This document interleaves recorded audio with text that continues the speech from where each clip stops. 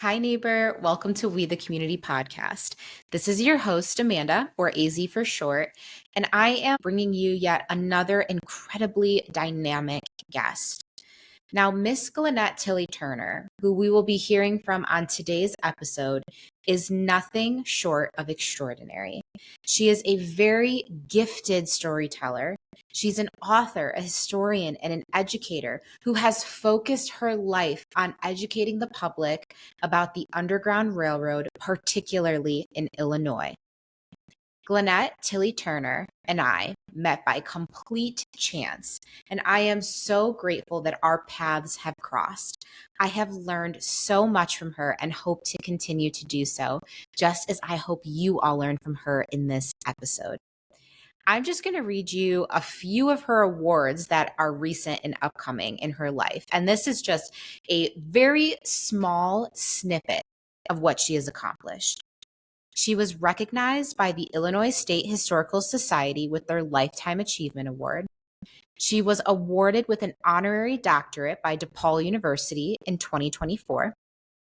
She received the Women's History Month proclamation from the DuPage County Board. She was a consultant for the major Chicago Tribune Underground Railroad project. Her body of work was featured by Chicago Literary Hall of Fame in February of 2025. And she has recently published a children's book called The Gift of Freedom: How Harriet Tubman Rescued Her Brothers. And last but certainly not least, she will be launching a tour of DuPage County Underground Railroad sites. The Underground Railroad has been the focus of much of Glennette Turner's historical research, particularly in Illinois, elsewhere in the Middle West, and in her childhood home of St. Augustine, Florida. Her book, The Underground Railroad in Illinois, which I have and is absolutely insightful and just an incredible compilation of all of the things you could hope to know, is considered to be the definitive work on that subject. Shortly after its publication, it was so informative and so pivotal that the Illinois Secretary of State purchased a copy for every public library in the state. Upon the recommendation of Illinois Senator Paul Simon, Turner served on the 9-member Underground Railroad Advisory Committee of the National Park Service. You'll hear it referred as NPS in the rest of this biography. While serving on that committee, she testified before subcommittees of the U.S. Senate and House and the Illinois Senate in support of UGRR legislation, UGRR standing for the Underground Railroad, and led one of NPS historians on a tour of the Underground Railroad in Illinois. Her Underground Railroad program is recognized by the NPS Underground Railroad Network to Freedom program, also known as NT. At the NTF's 2012 conference, she received the Wilbur H. Seabird Award for outstanding contributions to the field of the Underground Railroad. While there, she did an on-camera interview with filmmaker Haley Garima for a PBS documentary, The Maroons. Turner's Underground Railroad work was recognized by artist Dr. Charles Smith in a life-size sculpture at the Anacostia Community Museum, Smithsonian Institution. He is currently sculpting a new tribute to her work for his upcoming exhibit at the Kohler Arts Center. Her work was also recognized in a collage by Jan P. Vuj. In conjunction with an exhibit of art by Andy Warhol hosted by the College of DuPage, they named 4 prominent local figures whose images were rendered in the Warhol style and placed on display. Turner was selected one of the 4 local citizens whose images were displayed on the website and in the windows of the Wheaton Public Library. Her most recent title, A Man Called Horse, John Horse, Black Seminole, and His Underground Railroad, to become a Hollywood movie. You heard that right, a Hollywood movie. Although best known for her Underground Railroad work, in 2013, Turner wrote Billy the Barber's Mirror, reflecting on an untold Lincoln story. It was launched as part of the William Flourville event at the Abraham Lincoln Presidential Library. Now, I could go on about what an extraordinary human being Miss Turner is and what an impactful 91 years she has led on this earth. But I think it's best that you hear her research and her brightness directly from her. Now, I cannot wait for you to listen, to learn, and to share the knowledge and the humanity that Ms. Turner brings to this interview. Without further ado, here is episode 4 of We the Community podcast. Ms. Glennette Tilley Turner, welcome to the We the Community podcast. Thank you. I would love to just start by asking you 3 names you go by on the authorship of your books, Glennette, Tilley, and Turner. Would you just take a moment and explain to us the significance to you of each of those 3 names? Well, Glenn is because my grandmother's maiden name, her surname was Glenn. And that was back in the days before people could predict or know in advance the sex of the baby. And so they thought if I was a boy, they would name me Glenn. And then when I was a girl, my mother remembered that when she was in college, she had a friend who was named Glennette. So the Glennette was instantly decided on. That my reason for my first name. Tilley is my maiden name. My father's last name was Tilley, and then Turner is my married name, and so that explains the 3 names. That's great. I think names are so important and they tell a story. They do. Tell a story. I've seen on some of your other interviews the significance that your father has had on your life and of you being a storyteller. Yes. So I want to ask a little bit about your dad. What was your dad like and how did he inspire you to be a storyteller? Well, my dad really had always known education was so very important. He was born on a farm, 1898, and being a farm boy, he had to help on the farm as well as go to school. So he was 14 years old before he would graduate from really grade school, I guess, because he would have to stop and help harvest and work on the farm when they needed a new hand on deck. So he went to college, and then he came to the University of Chicago for graduate school. He had gone to Shaw University for college, and it was during the Depression, and they asked him to come back before he'd done all the work for his doctorate. But before he was able to defend his dissertation, he was persuaded to come back and be in charge of Shaw University. And then he was there for 17 years and then went to Florida, where he became president of a small denominational college. He was president and so had done all the duties of president by day. But because the college was so poor, he had to go to churches in the area and within a 50-mile radius evenings to pass the collection plate in order to pay the teachers and buy the books. And my mother knew that he had done a day's work before leaving home. And so she thought if she sent a chatty daughter along, that I'd be asking questions and, he would be more likely to be able to stay awake at the wheel than if he was driving along. So I had that opportunity to have his attention and his time, just all to myself. And he would point out the constellations and talk about other things that were of interest to him, but his greatest interest was family stories and the stories of African American achievers, particularly inventors. So he would tell me various either family stories or stories of such people as Garrett Morgan, who had invented the stoplight. But every story ended the same way. He would say, when you grow up, you should write this down. And so I just thought that was my life assignment. And so I grew up and wrote them down. Oh, wow. And what was your father's name? John Lee Tilley. John Lee Tilley. So John Lee Tilley was your first signal that you should be a storyteller? Right. Well, but my mother had grown up in Illinois, and she was always interested also in family stories and was interested in early childhood education. So she would tell me stories of family and stories of Illinois. She loved Illinois and really just stressed the importance of reading and books. And so both of them were her influences. That's so wonderful. And a little bit about your journey to authorship. Was it a direct line, or how did you find yourself writing books? Well, I knew I wanted to write, and so in college I thought I would major in journalism, but I really ended up majoring in English. Well, initially I was a teacher, a grade school teacher, primary school, but I would write just out of interest. Well, if I could back up.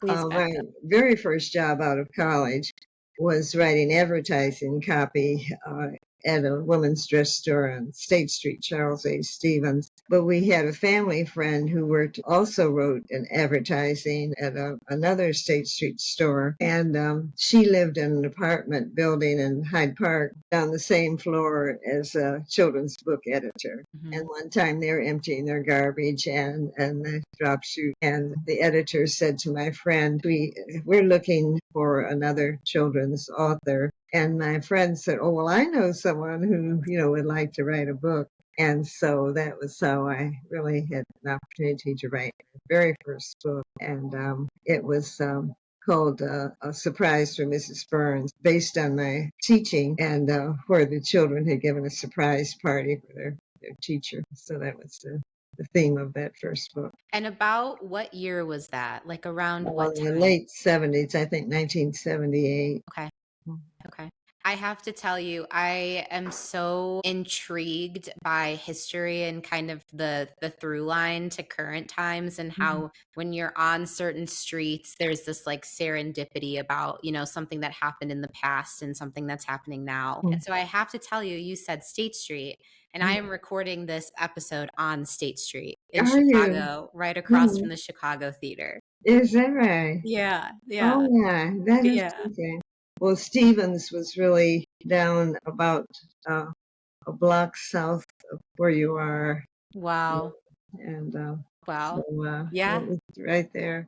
And Right. really, what I learned there, we wrote advertising, and they said that you should engage the reader. And so I remember one headline I wrote, and it said, Sail through the summer in this nautical notion, because it was this dress with the sailors Mhm. square collar and kind of like a sailor collar. And then later, when I wrote "Take a Walk in Their Shoes and Follow in Their Footsteps," I applied that principle to engage the reader to do something.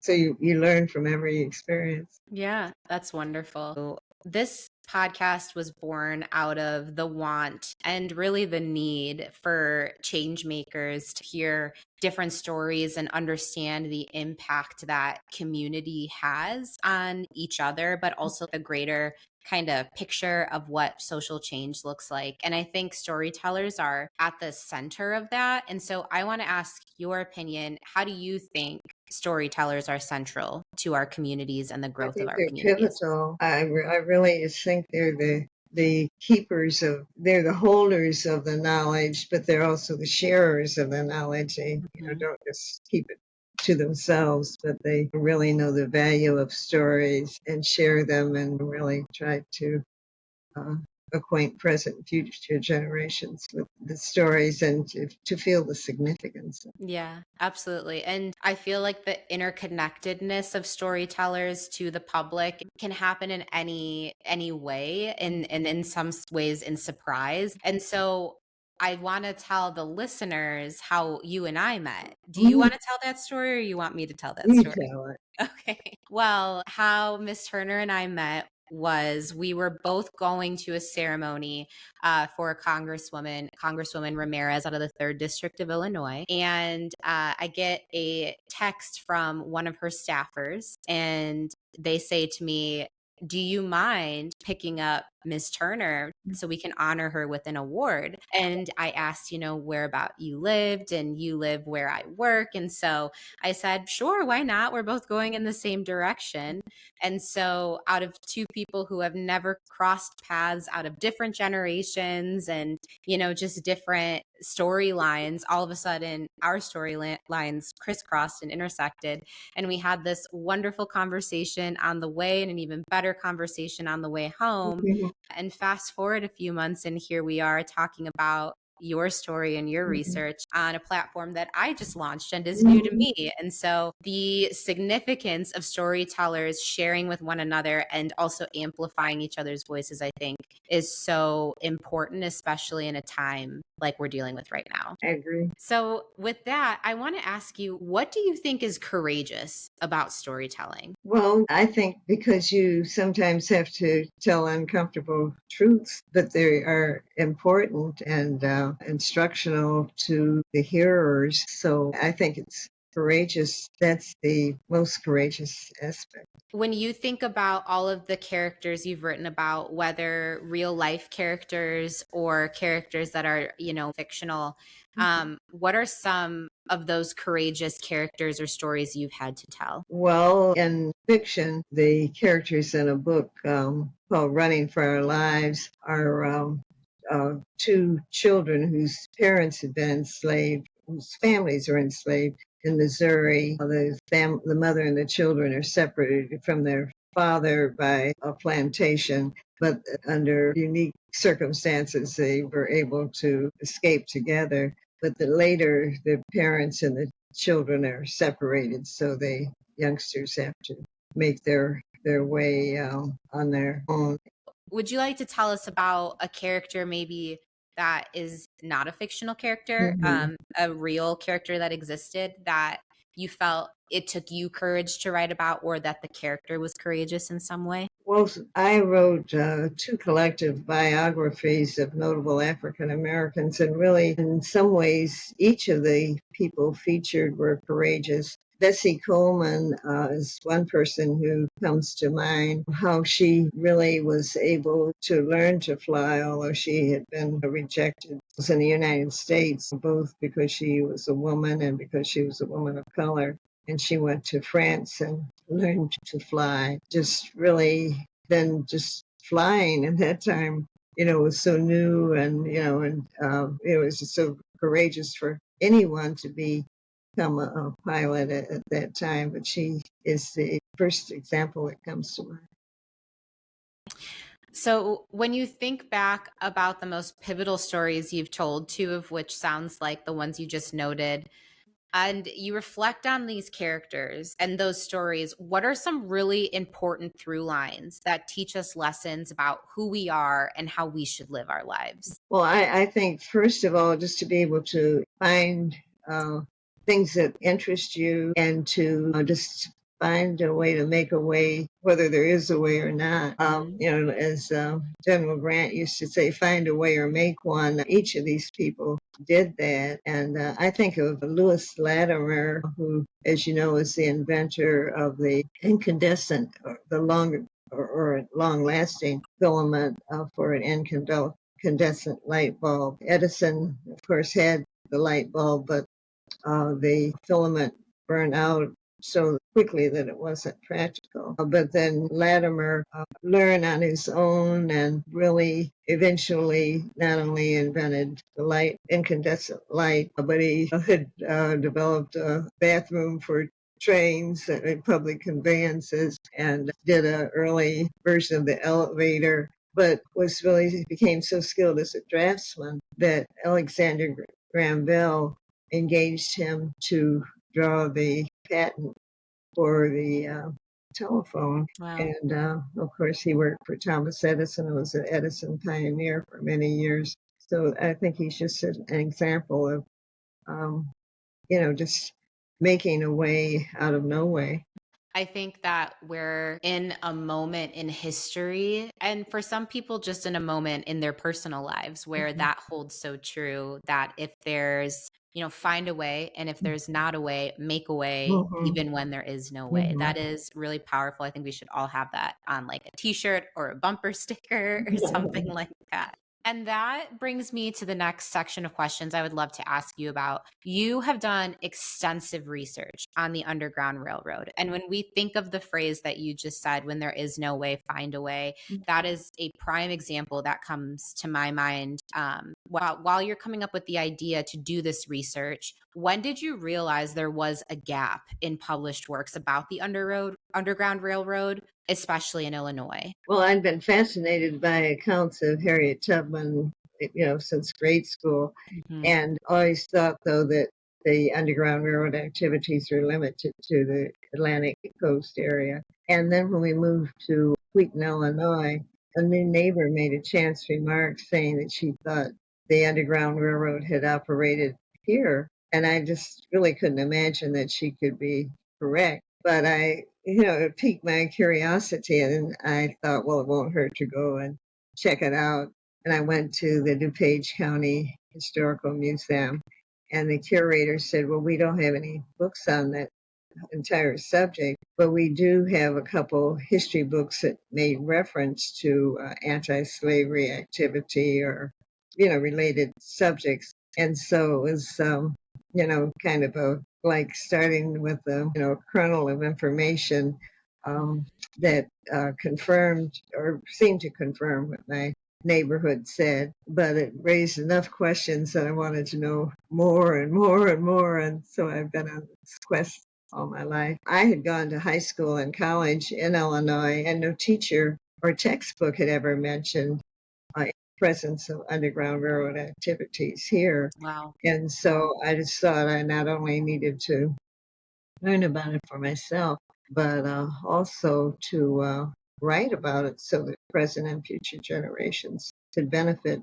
and build on that knowledge. That's that's so shocking to me that we know that Chicago was part of the Great Migration and we Mhm, know that it was a destination up north. And mhm, so to think that there isn't like readily available research on that is mhm. really quite crazy. Can you expand a little bit more on what led you to write the book and what was really that like moment that you were like, okay, I'm going to do this. I'm going to make sure that this is written down for future Well, I generations. originally just felt shortchanged, because Illinois schools, the whole reason I came to Illinois was because the schools in South were segregated and really were not accredited, or the schools that I had access to. So a relative suggested that I come to Illinois where there would be accredited high schools, Hmm. and it would, make me eligible to get into an accredited college. Yeah. And so I just knew Illinois schools were considered to be very excellent. And if they didn't tell the story, I just really was concerned and felt that I needed to. So I began a quest, and it lasted so long that I was teaching second grade, and I told my second grade students that I was working on this book. And many years later, I was in an exercise class one night, and we were doing stretches and turning, one way and then turning another. And a young woman turned to me and she said, didn't you used to be Mrs. Turner? And I said, well, I still am. And she said that, and weren't you writing a book on the Underground Railroad? And I said, well, I'm still writing that. I said, I'm so intrigued with the research and keep learning new things that I just, can't put a, stop to it long enough to go to press. But her Hmm. question made me know that, I really needed to go to press with the information I'd been gathering all those years. Yeah. And so I took her the first copy. As it happened, she was working at Borders Bookstore, and so I took her the copy. And I said, "You're responsible for this book getting published." So how it happened to get published, and how I eventually went to press. Wow, Mhm. every connection that you make is important. It seems like everyone I talk to about their stories, there's like some random chance encounter that Mhm. leads to the next big chapter Mhm. of their life. And so in that research, what was that like? What was the hardest part? It sounds like it was all kind of difficult and a little bit like pulling teeth. So what was the hardest part for you on your end? Well, because the Underground Railroad the operations were secret, people didn't leave copious records, to Right. be found and to be used as proof that they were involved in the Underground Railroad. And so, it was just thrilling to find evidence, like in the records of the AME church or the Congregational church. In some cases, personal letters or family stories. So it was just, really like being a detective, discovering things, discovering information.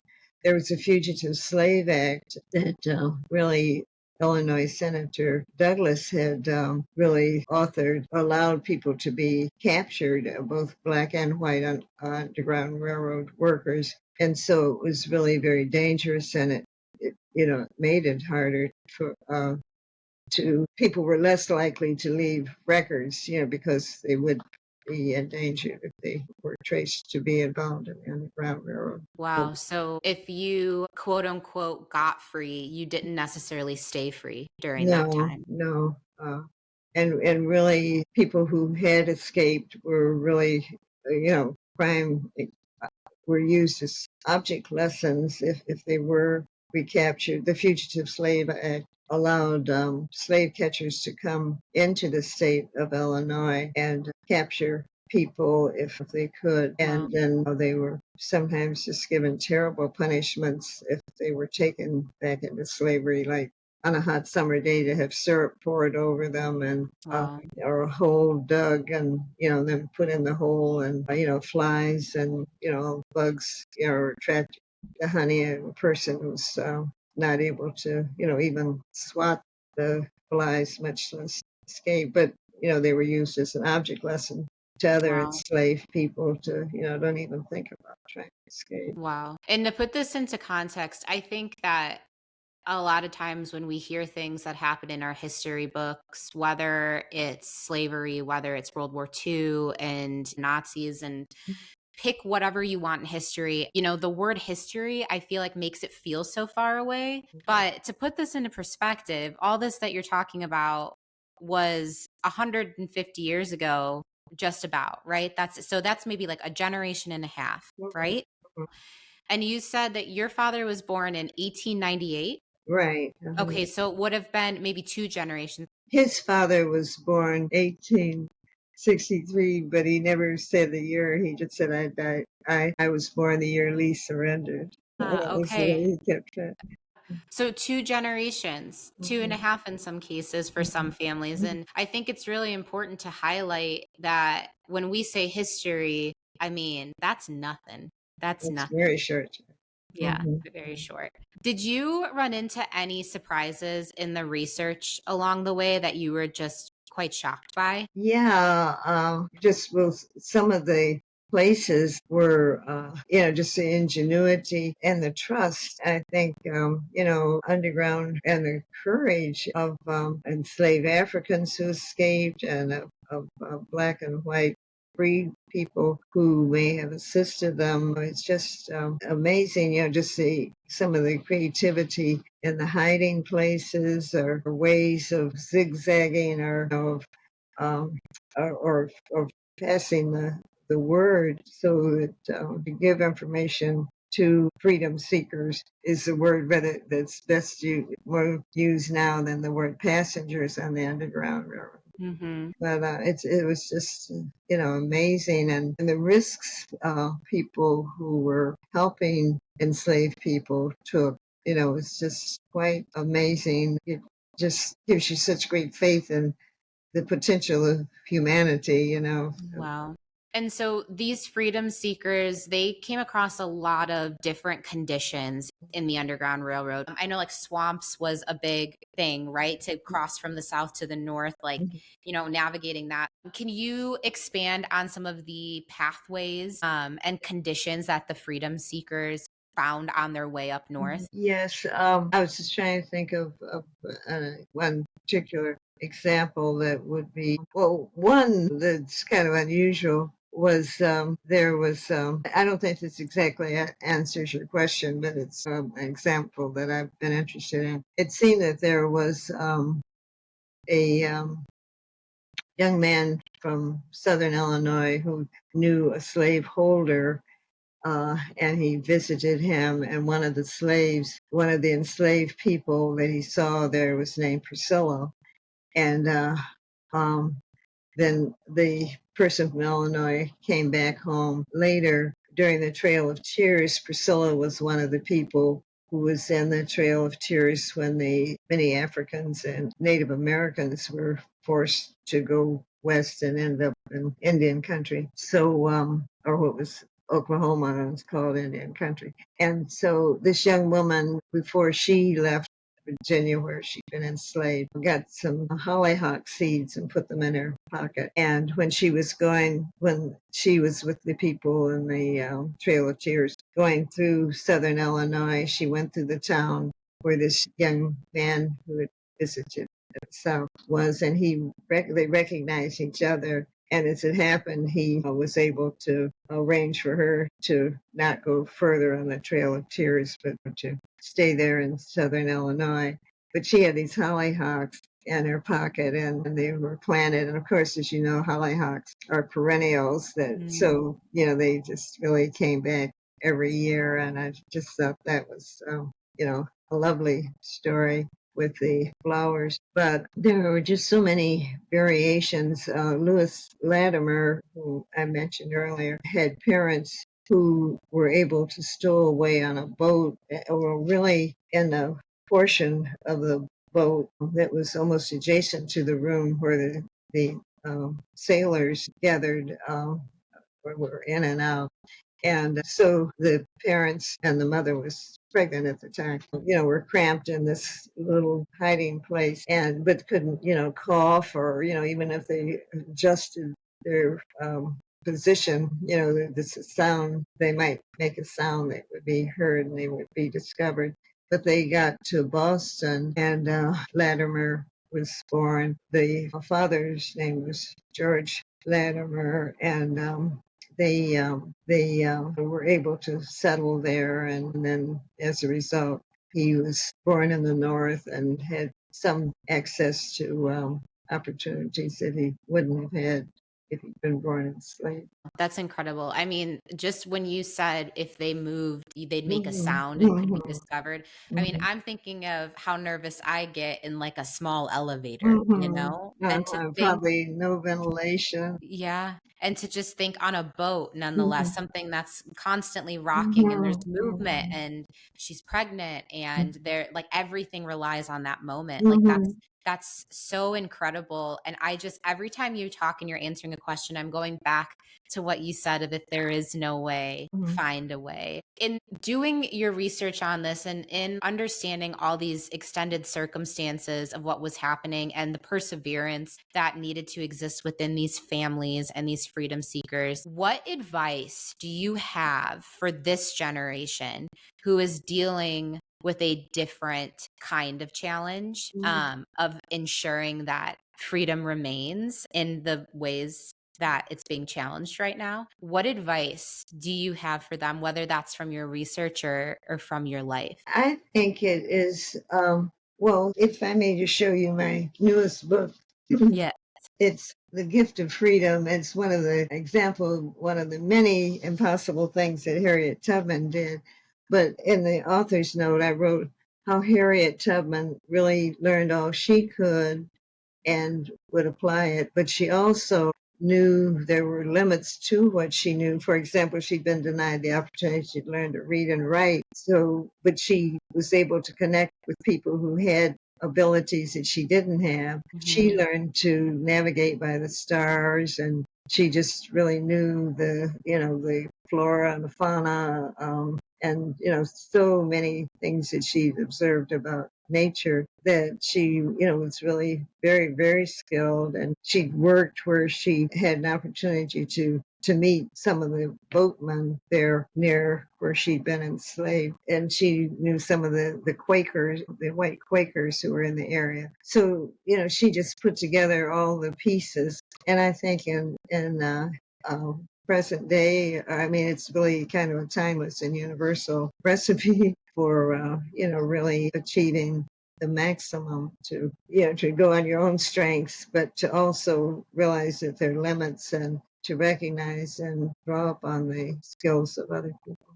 Yeah, I love that. In my last podcast, we kind of touched on that, how creating change is a team sport. Okay. And if you don't have a skill or you're not equipped in that moment to take on a challenge, that you have to look to a trusted neighbor who has that skill and Mhm. say, "You're up."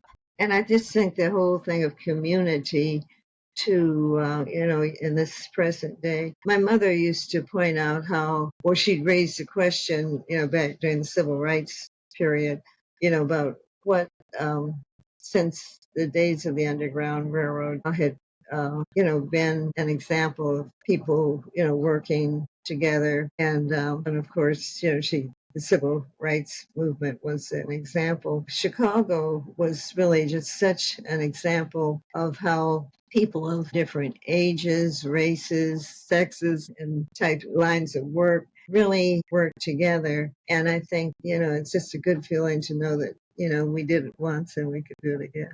We did it once and we can do it again. I think as I'm trying to navigate the current climate, that is something that I'm really learning to lean on our country's ancestors for a roadmap of how we are going to, continue progress in this Mhm, country. So I really love that. I guess a follow-up question to that would be, when we talk about Chicago and the dynamics of mhm, Chicago, in the Underground Railroad, what parts of the greater Chicagoland area were you really shocked to see that there was Underground Railroad mhm. activity? Well, I guess, like places on the North Shore where the map of Illinois showed, well, most of the people who came through Illinois had been enslaved in Missouri, and they had to assess the best time to escape, perhaps watching and waiting for years for the Mhm. opportune moment, and then strike out for the unknown if they were denied the opportunity to venture from wherever they were enslaved. But they had so many types of other types of intelligences, even though they weren't able to learn the 3 R's. They knew that there was a plant called a compass plant that would turn so that it would point north and south, or they knew that if rivers ran south and if they wanted to go north, they'd go the opposite way, or moss grows on the north side of trees, those types of things. Yeah.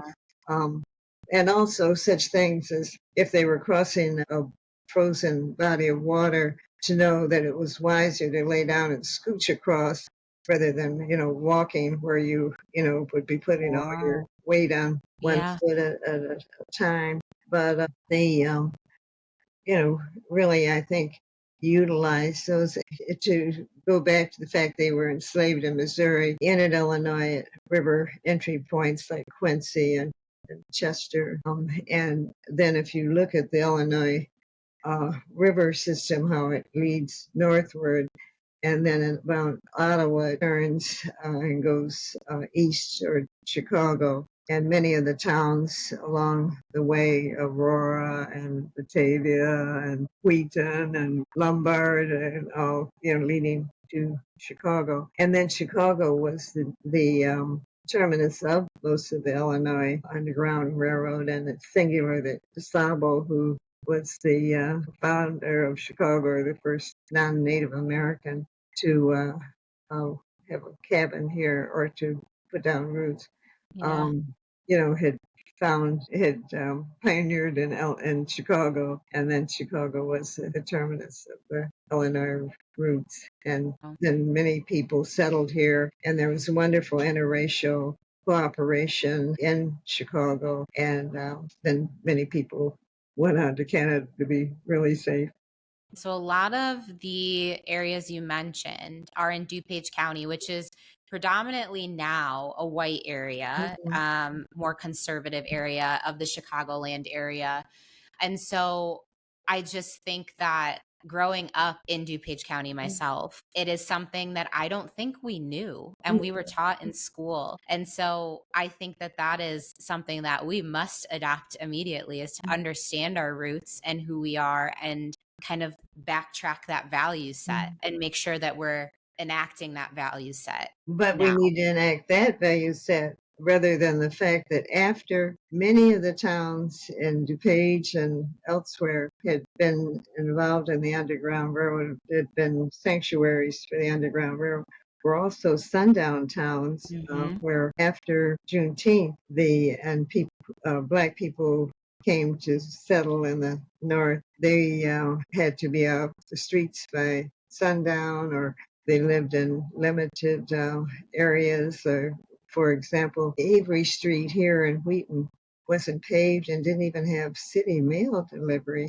So really, that's another aspect of the history that isn't well known. Yeah, absolutely. And in addition to sundown towns, we also had restricted covenants, Mm-hmm, mm-hmm. which meant that in the deed of a home, there was a clause that basically said, you will not sell this home to anybody that isn't of European descent. And so freedom, while we think of Juneteenth as the freedom date, freedom comes on a varying spectrum. And so not everybody has it, or even is currently having that full freedom Some because of folks have things like that. freedom with a lowercase f, and some have it with an uppercase. I've seen that in the early 1900s, a number of formerly enslaved, well, not necessarily formerly enslaved, a number of African American men came to work on the Chicago, Aurora, and Elgin Railroad. Their families came with them. And so they've been here. As a matter of fact, there was one man, Mr. Sublett, who established a disposal company that served Wheaton for over 50 years. And there's another business, Thurston Appliance, that was another indispensable business that served for so many years. Then later, and many of the people had building skills and worked in various capacities. And a number of people who didn't live, well, speaking of Wheaton, right here in town, but worked in the area, commuted from Chicago each day. When I spoke to the city council recently, I was saying how, just imagine yourself if you were the driver of a carpool bringing engineers to Bell Lab, what it would be like to get up at the crack of dawn and hope that your passengers are all ready to walk out of the door when you pick them up, and then drive through rush hour traffic and report to work on time and be at the top of your game all day and still face a rush hour drive home. And Right. so thankfully the open housing ordinance was passed. And Margaret Hamilton was the first woman mayor of Wheaton, and she worked with Sid Finley and Claude Audley of the local the DuPage NAACP, and the city council passed the open housing ordinance, which was the first to be passed in the state. Did the open housing ordinance, did that basically say that like restrictive covenants went away? So essentially people could come work in Wheaton, or they could have businesses in Wheaton, but their ability to live in Wheaton was restricted until that point. I think the Wow. people who actually had businesses were among those who lived here, but it was very limited, their mobility as well as their housing choice. Wow. Wow. So that is super recent that Wheaton opened up their housing practices. And that is something I think we're still fighting today in affordable housing, particularly is workforce housing, and saying that there are so many people of all different backgrounds, but unfortunately, because of these things like racial covenants and things like that, the majority of our working class folks that serve Wheaton, Lombard, Naperville, all these places, cannot live in the Can't immediate afford area, to. can't afford to. And that's just a different version of a restricted covenant. Sure it is. Yeah. Mhm. Yeah. And I just would like to say too, for everybody listening, you have to think about this conversation as like a trickle down. That this is like when we're talking, okay, 2 generations ago, right? 2.5 generations ago, We had, people who were enslaved and were seeking freedom. Imagine, like all that was missed in those generations, like the wealth that wasn't accumulated, the education that wasn't accumulated. And so we are fighting this battle to this day to lessen that gap. And I think that when we talk about housing still, even though there's, no longer a written covenant, there's a historical covenant that we have to still continue to pay attention and correct. So going back to your research, I know we kind of took a little bit of a segue, which I think was really important to kind of tie everything back to modern day. But I would love to talk about maybe some historical figures you came across that the general public may not know about, may not been like a big name in our history books. There are just a number of people who, like Carter G. Woodson, for example, who, really knew that there was so much African history, both African history in Africa, as well as history that had been made in this country. And he founded, what was called Negro History Week at that time, and later became Black History Month, and the Association for the Study of African American Life and History. And then there are people like filmmaker Oscar Micheaux, who, was making films that early filmmaker. And then there the people that are well known, like Martin Luther King and Mary McLeod Bethune, who founded Bethune Cookman College, and opera singers like Leontine Price. Just really just a number of people. I wrote 2 collective biographies, and they featured 24 notable African Americans. And there are things that people that may be better known, like Malcolm X. But I just think it was so unique for him to learn by reading the entire dictionary. When you think of how you just learn a little bit about everything by reading the dictionary from A to Z, just through different means, people educated themselves or accomplished the things that they were able to. Yeah, absolutely. So in a kind of a 2.0 of that question, what might surprise the general public about the Underground Railroad that, we may have not learned? So we kind of talked about people. Now, what are some like maybe general facts that we wouldn't have known about Indigenous people and the role that Indigenous people, Native Americans played in? My most recent book before the one I held up was about John Horse, who was a man of Native American and mixed and African parentage, who worked with the Seminoles that in Florida, fought in the Second Seminole War. He was very skilled in languages, and he was a negotiator and a leader in the fighting, and really worked so long and hard to try to find and just really a place for his people to live and be able to thrive. He fought side by side with Wildcat of Seminole, and they went to Oklahoma, or Indian, which was called an Indian country, and found that they weren't able to thrive there. And then they went to Mexico for many years, and later the group was asked to come back and help defend the Texas border with the Negro Indian Scouts, is what the organization was called. In Florida was the Seminole, the Native Americans were Creeks who came to Florida, and they called themselves masters, but they were really more, they were welcoming, and then the African Americans who escaped to Florida were able to maintain their own villages and work cooperatively with the Native Americans. While they were called this, the Native Americans call themselves masters. So if the South Carolina slaveholders came back, the new masters, in quotes, could just say, "Oh, well, you can't take my property, but their relationship was not a master-servant, but more, Wow. cooperative in their relationship. Wow. The power of semantics. Yes, yes. Yeah. Yeah. Wow. That's really interesting. And I think, so often we forget about the role that Indigenous folks have Oh, played. very much. And that's another thing that we don't talk And a about. lot of the suffering they encountered. Yeah. That's something that we're going to have to do another episode on this podcast is Indigenous folks and kind of their story and telling it in a way that is truly reflective and not maybe necessarily how we've always learned it.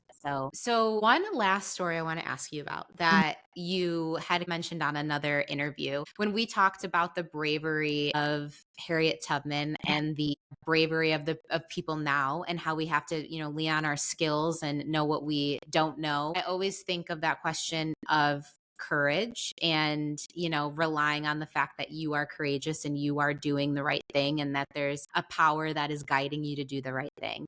And you told a story about Harriet Tubman under a wanted sign. I had the opportunity to meet the last relative to personally know Harriet Tubman. She was a woman in Florida by the name of Mrs. Alice Brickler. And she said that Harriet Tubman told this story about herself. How one time she was so tired and she had fallen asleep sitting on a bench. And there was a sign behind her saying that there was a $40,000 sign, saying wanted dead or alive, and a Quaker who was expecting Harriet to arrive, said, Mister, that sign up there says that, there's a wanted sign for you for $40,000, dead or Wow. alive. But as Mrs. Brickler said, and she just walked right out of freedom. The other tale she told that I enjoyed was how one time she had gone back to Maryland and had purchased some live chickens and was holding them by their feet and was going back to where she was going to connect with people she was going to rescue, but she was going to cook the chickens so they could eat something to eat as they escaped. And she saw her former slaveholder approaching her, and she was able to pull down her bonnet over her head and then run. So she let the live chickens go. And then she went running down the street after them, and ran right past the slaveholder. And as Mrs. Brickler said, and she ran right into freedom. Oh, what a smart cookie. Isn't it? She is really quick on her Wow. feet. Wow, that's amazing. I just think, yeah, that goes to show that she knew what she was doing. She knew her mission was given to her by a greater power, and that greater power had her back That's right. while she did it. That's amazing. And so this is all happening, and then we hit 1863, and that's when the Emancipation Proclamation was issued. But Juneteenth wasn't until 1865, right? So June 19th, 1865. What happened in those 2 years? Why the holdup? Well, actually, I've since learned that there really wasn't as much of a holdup as reported, because it seemed that when Lincoln first wrote the preliminary Emancipation Proclamation, he sent word to the Galveston papers, and they printed that preliminary Emancipation Proclamation in its entirety.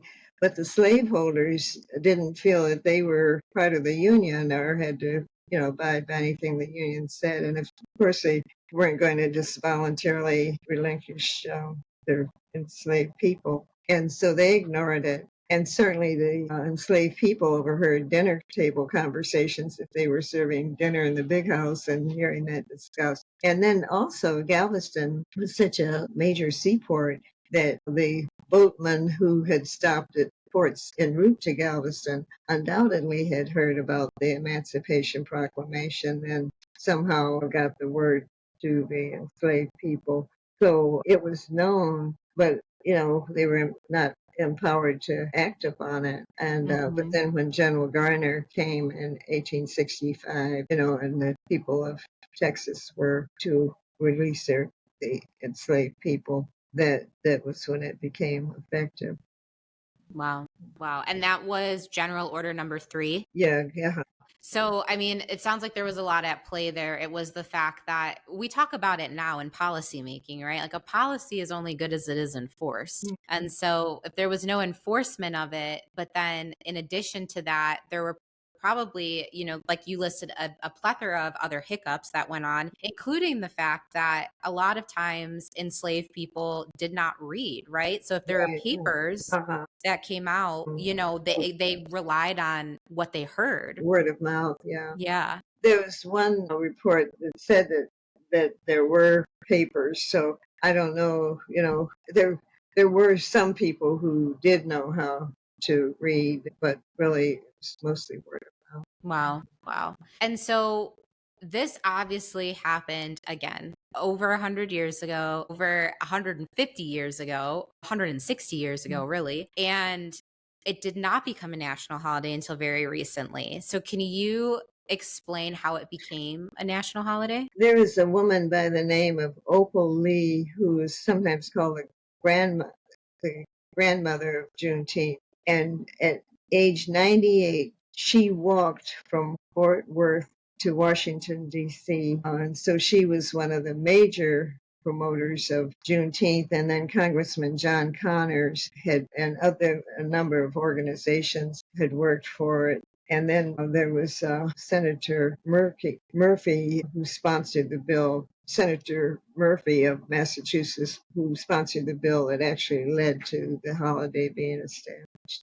And a cool thing that is kind of related to my world is Opal Lee was gifted her childhood home that had burnt down because of racism, was gifted back to her by Habitat for Humanity, who is Oh, I currently work for. oh, And really? yes, yeah. So Opal Lee went to go purchase back the land Uh-huh. where they had burnt down her home Uh-huh. when she was a child. And I think she fled. I don't remember her exact age, but she was young, that they Uh-huh. had to flee after her home was Uh-huh. burnt down. And so she went to purchase back the land in Texas, and the local Habitat said, why don't we build your home on it? Oh, And how it's still, wonderful. Now, this yeah. is a story I hadn't known. Yeah. So I don't know if it was completed, the home, or when it was, or I'm not sure the current update, Mhm. but I know that when I went to go do research on Juneteenth a Mhm. couple years ago, Mhm. that had popped up. And I just thought that was such a cool connection Oh, to, gee. yeah, yeah. So yeah, Opal Lee is a staple name in the Habitat for Mm. Humanity universe, which I think is really cool. Oh, So that's wonderful. yeah, Mm. yeah, absolutely. So, the significance of Juneteenth, I want to address the ignorance around Juneteenth a Mhm. little bit. And I just want to put it simple, one or two sentences. Why should we all celebrate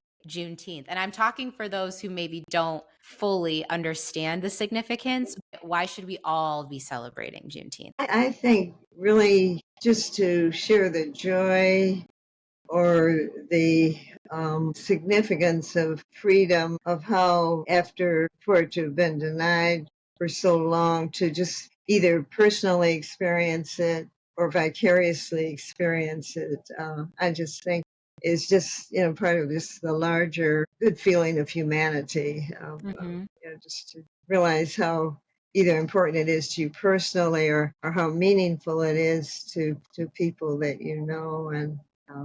associate with you and have a sense of community, share a sense of community. Just the through line of being human and having your faculties about yourself, and being allowed to have your own Mhm. faculties. And going off of that, I want to ask perhaps a little bit of a prying question, but I think it's really important for folks to understand. Would you be open to explaining the complex feelings that people of color may experience on the 4th of July? Well, I think maybe it's just the other side of the same coin of everyone and appreciating Juneteenth because as African Americans, we really have great roots in this country, and really many of the buildings, we hear about the buildings in Washington that were built by enslaved people, and you think of contributions like Lewis Latimer's and Garrett Morgan's, and um, well, and just the sheer labor of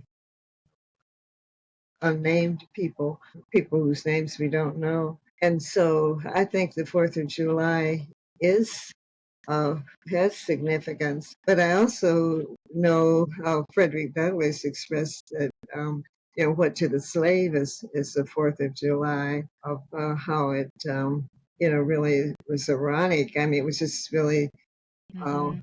the opposite of what it should have been inclusive of. So it sounds like the holidays are really close together, right? So it sounds like for us to really understand our history and to grapple with it and to honor it, there Mhm, has to be this understanding of how these two things overlap. mhm, And to your point about how a lot of America, most of historical America was built on the backs of enslaved folks. mhm, And so we got free, right? Like as a country, mhm, and then went to work, but work didn't mean the same thing for those who were earning on work and those mhm, who were forced to work. mhm, And then you fast forward, unfortunately, too long down the road, but you do fast forward and then you've got, Freedom Day for mhm, those who weren't granted that to begin with. And for somebody who obviously the holidays have different significance because I can't understand the full mhm, significance being who I am, I can appreciate the way that these two things have to be celebrated mhm, in tandem with one another. And I think that's something that we're all going to have to embrace if, mhm, we're going to build a better path forward. mhm. And embrace is a lovely word. Yeah. Yeah. We looked at then and now kind of all around this episode, right? We looked at the Underground Railroad and Juneteenth and racial covenants in the 1900s and all of that. And so to bring it back together, you said some really notable things about the lessons throughout those movements that you see as advice. If there's not a way, make a way. Mhm. And then, just leaning on the things that you know and your strengths. Is there anything else that you want to add as a piece of advice to that? To do justice and love mercy, Mm, or just really live by the golden rule. yeah, absolutely. Straightforward and simple. Straightforward and simple. And throughout your life, do you mind, Miss Turner, sharing with us your age? 91. One. So throughout your life, you have seen so much of American history. And how have you observed the arc of justice in the United States? And what do you hope for us next? Well, I've been encouraged by it. And also I know there are times you go one step forward and two steps forward, one step back, but then hopefully two steps again. Um, I'm heartened. I mean, when I just think of, I just really feel my generation, really didn't have as dramatic changes between, time of our birth and now as the generations before. To just think of traveling and not being able to use the restroom, or know that if you were tired, you can stop at a hotel or motel or a restaurant to eat. And then to have seen changes, just makes you hopeful, like during the civil Yeah. rights movement, of how things became more available. And, yet there's still a lot to be done. Yeah. Yeah. Could I ask you maybe a personal question? But you are such a joyful human being. And you have so much light.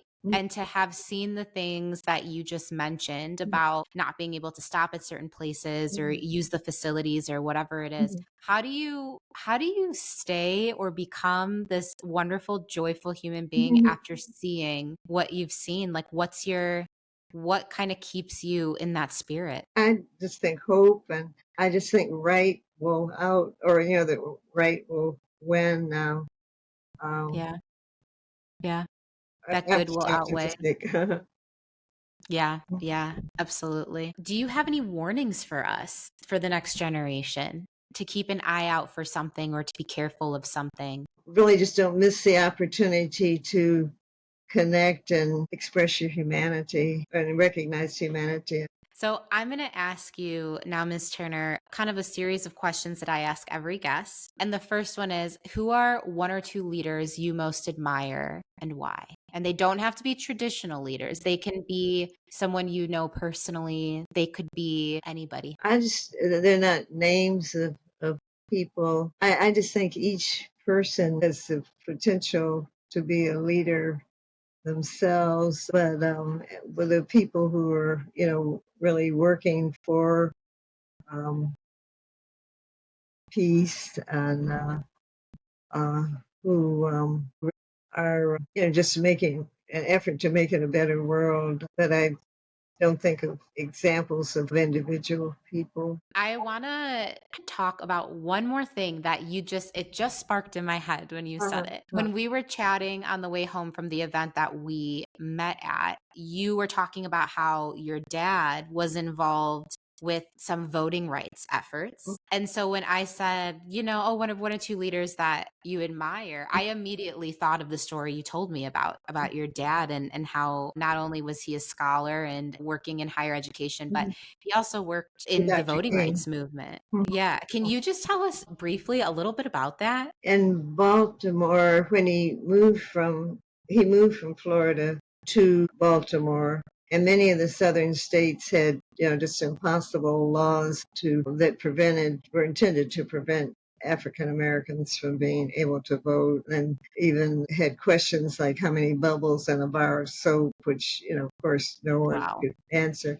But when he got to Maryland, he found that they had put those laws on the book. And he was a minister and worked with other ministers and with the Afro American newspaper and in the office of the NAACP, the same office Thurgood Marshall was in and out of, or had been in and out of. And so Daddy organized and worked with other ministers to set up voter registration or to encourage voter registration. They had voter registration clubs in each church, and the newspaper would feature, one club each Saturday, and when the paper came out, Baltimore just did was phenomenally successful in having voter registration, and there were lines around the block, and the Board of Election had to stay open, extend its hours each day. Wow.